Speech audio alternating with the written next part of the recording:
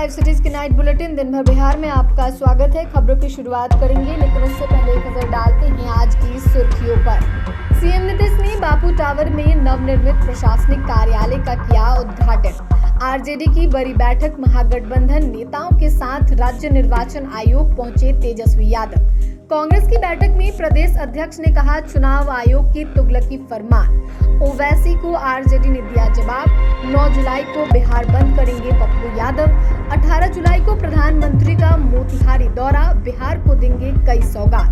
बीमा भारती के पति अवधेश मंडल पर एफआईआर। खगड़िया में 75,000 रिश्वत लेते कार्यपालक अभियंता अरेस्ट। बीपीएससी 71वीं की परीक्षा की तारीख में बदलाव। दरभंगा में पिता ने 2 लाख में मासूम को बेचा, पुलिस पहुंची तो किया हमला। अब खबरें विस्तार से। मुख्यमंत्री नीतीश कुमार ने गर्दनीबाग स्थित बापू टावर के 6ठे तल्ले पर नवनिर्मित प्रशासनिक कार्यालय का फीता काटकर उद्घाटन किया। उद्घाटन के बाद मुख्यमंत्री ने बापू टावर का निरीक्षण किया और इस दौरान वहां की व्यवस्थाओं की विस्तृत जानकारी ली। निरीक्षण के दौरान मुख्यमंत्री ने बापू टावर के भूतल पर बनाए गए ओरिएंटेशन हॉल को भी देखा। मुख्यमंत्री ने कहा कि बापू टावर बहुत ही भव्य बना है, यह लोगों के लिए दर्शनीय है। बापू टावर में आकर बापू की जीवनी, उनके विचारों और उनके आदर्शों को नई पीढ़ी को जानने और समझने में सहूलियत होगी। वहीं मुख्यमंत्री ने बापू टावर के भ्रमण पर आए स्कूली बच्चों से मुलाकात की और उनका उत्साहवर्धन किया। मुख्यमंत्री ने बच्चों से कहा कि आप सब बापू टावर को देखिए, यह बहुत अच्छा बना है। राजद की राष्ट्रीय कार्यकारिणी की बैठक हुई। इस बैठक की अध्यक्षता राजद सुप्रीमो लालू प्रसाद यादव ने की। बैठक के दौरान पार्टी के शीर्ष नेताओं ने बिहार विधानसभा चुनाव की तैयारी और संगठन को मजबूत करने पर चर्चा की। पार्टी की राष्ट्रीय कार्यकारिणी की बैठक के बाद तेजस्वी यादव निर्वाचन आयोग के दफ्तर पहुंचे। मतदाता सूची पुनरीक्षण कार्यक्रम को लेकर बिहार की सियासत गर्मा गई है। विपक्ष से एनडीए सरकार की साजिश बता रही है। तेजस्वी वोटर लिस्ट पुनरीक्षण कार्य पर आपत्ति जताई है। इस दौरान वीआईपी चीफ मुकेश सहनी, राजद के प्रदेश अध्यक्ष राजेश राम के अलावे गठबंधन के कई नेता मौजूद रहे। वहीं लालू यादव ने भी कहा कि संघियों ने देश के लोकतंत्र को इस पड़ाव पर लाकर खड़ा कर दिया है। चुनाव आयोग मतदाताओं को वोट के अधिकार से वंचित करने की साजिशें रच रहा है, इनकी गुंडागर्दी चलने नहीं देंगे।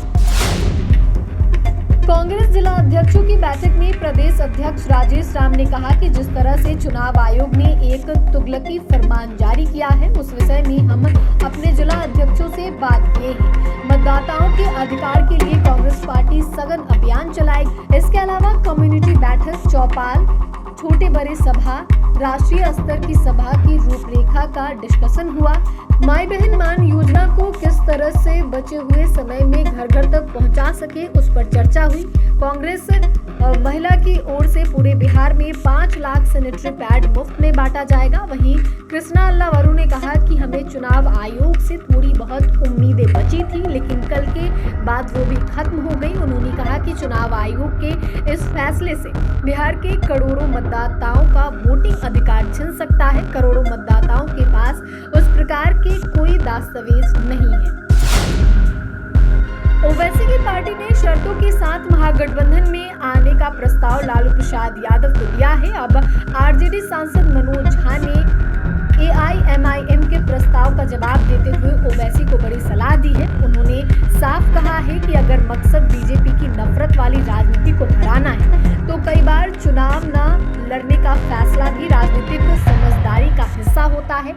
मैं एक ही बात कहूंगा कि असदुद्दीन ओवैसी का जनाधार हैदराबाद में है। बिहार में उनके चुनाव लड़ने से क्या फर्क पड़ता है, यह वह खुद और उनके सलाहकार जानते हैं। अगर आप सच में बीजेपी को हराना चाहते हैं, तो कभी कभी चुनाव न लड़ने का फैसला भी वैसे ही मजबूत फैसला होता है। मुझे उम्मीद है कि वे इस पर विचार करेंगे। उन्होंने आगे कहा कि तेजस्वी यादव ने एक लंबी राजनीतिक लकीर खींच दी है और अब जरूरत है कि ओवैसी उसे समझे। पूर्णिया से निर्दलीय सांसद पप्पू यादव ने कहा कि 9 जुलाई को हम पूरे बिहार में सड़क बंद करेंगे, बिहार बंद करेंगे। हम चुनाव आयोग के कार्यालय को घेरेंगे। हम इस लड़ाई में कांग्रेस के साथ हैं। नीतीश जी, मांझी जी, चिराग से आग्रह करेंगे। नीतीश जी, मैं आपसे भीख मांगता हूँ, आपके पैर पकड़ता हूँ कि आप गरीबों की रक्षा कीजिए। वहीं संजय जायसवाल के बूथ लूटने वाले बयान पर पलटवार करते हुए कहा कि हम बूथ कैसे लूटेंगे, आपकी ही सरकार थी, आपको बीजेपी निकाल देगी तब कौन पूछेगा आपको, आप ही बताइए। चुनावी साल में प्रधानमंत्री नरेंद्र मोदी एक बार फिर बिहार के दौरे पर आने वाले हैं। प्रधानमंत्री के 18 जुलाई को पूर्वी चंपारण जिले के मोतिहारी में एक बड़ी जनसभा प्रस्तावित है। इसे लेकर भारतीय जनता पार्टी ने तैयारियां शुरू कर दी है। मोतिहारी में उप मुख्यमंत्री सम्राट चौधरी ने कार्यक्रम स्थल का निरीक्षण किया है, फिर जिला प्रशासन के अधिकारियों के साथ समीक्षा बैठक की। सम्राट ने बताया कि सुरक्षा, यातायात और सभा स्थल की व्यवस्थाओं को लेकर गहन मंथन चल रहा है। रुपौली के पूर्व विधायक बीमा भारती के पति अवधेश मंडल एक बार फिर विवादों में घिर गए। पूर्णिया जिले के एक किसान ने गंभीर आरोप लगाया है कि अवधेश मंडल ने उसे अगवा कर अपने घर में बंधक बनाया और बेरहमी से पीटा। घायल ने भवानीपुर थाने में दर्ज प्राथमिकी में बताया है कि वे बाजार से जा रहे थे, तभी अवधेश मंडल अपने सहयोगियों के साथ वहां पहुंचे और जबरन गाड़ी में बिठाकर अपने घर ले गए। वहां उसे बंधक बनाकर तेज धारदार हथियारों से हमला किया गया। घायल अवस्था में भोला मंडल किसी तरह मौके से भाग निकले। मामले पर पूर्व मंत्री बीमा भारती ने कहा कि उनके पति को राजनीतिक साजिश के तहत फंसाया जा रहा है। उन्होंने खुद को इस विवाद से अलग बताया। पुलिस ने कहा कि पीड़ित के आवेदन के आधार पर एफआईआर दर्ज कर ली गई है, जांच जारी है और जो भी दोषी पाए जाएंगे उन पर कानूनी कार्रवाई की जाएगी। खगड़िया में भ्रष्टाचार के खिलाफ विशेष निगरानी इकाई पटना ने एक और बड़ी कार्रवाई करते हुए विद्युत आपूर्ति प्रमंडल खगड़िया के कार्यपालक अभियंता गोपाल कुमार को 75,000 की रिश्वत लेते हुए रंगे हाथ गिरफ्तार कर लिया है। एसवीयू को यह शिकायत ब्रजेश कुमार नामक युवक ने दी थी। शिकायत के अनुसार अभियंता गोपाल कुमार ने विद्युत विभाग में मानव बल मजदूर के पद पर बहाली के बदले 75,000 की रिश्वत मांगी थी। शिकायत की प्राथमिकी जांच में आरोप सही पाए जाने पर एसवीयू की टीम ने एक विशेष योजना बनाई। इसके तहत जैसे ही गोपाल कुमार ने ब्रजेश से रिश्वत की राशि ली, एसवीयू की टीम ने उन्हें मौके पर ही पकड़ लिया। बीपीएससी 71वीं परीक्षा की तारीख में बदलाव किया गया है। पहले परीक्षा 10 सितंबर से होने वाली थी, वहीं अब परीक्षा 13 सितंबर को होगी। 71वीं संयुक्त प्रारंभिक प्रतियोगिता परीक्षा में शामिल होने के लिए 4,70,510 अभ्यर्थियों ने ऑनलाइन आवेदन किया है। प्रीलिम्स एग्जाम में 150 प्रश्न पूछे जाएंगे। ये सभी ऑब्जेक्टिव टाइप होंगे। इसके लिए अभ्यर्थियों को 2 घंटे का समय मिलेगा। नेगेटिव मार्किंग होगी। वैकेंसी के 10 गुना उम्मीदवारों को इसमें पास किया जाएगा। प्रीलिम्स परीक्षा में पास होने वाले अभ्यर्थियों को मेंस में शामिल होने दिया जाएगा। यह परीक्षा 3 विषयों की होगी। इसमें 2 अनिवार्य विषय होंगे। पहला सामान्य हिंदी जो 100 मार्क्स का होगा। इस विषय में 30% मार्क्स लाना अनिवार्य होगा।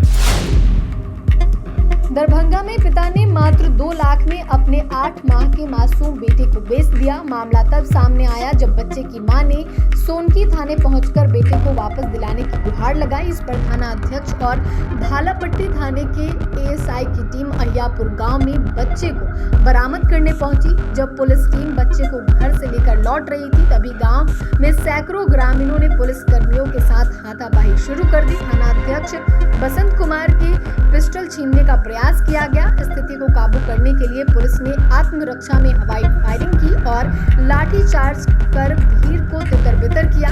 इसके बाद पुलिस ने बच्चे को बरामद कर सुरक्षित रूप से थाने लाया और मां को सौंप दी। एसएसपी जगन्नाथ रेड्डी ने भी इस घटना की पुष्टि करते हुए कहा है कि पुलिस को मजबूरी में आत्मरक्षा में फायरिंग करनी पड़ी।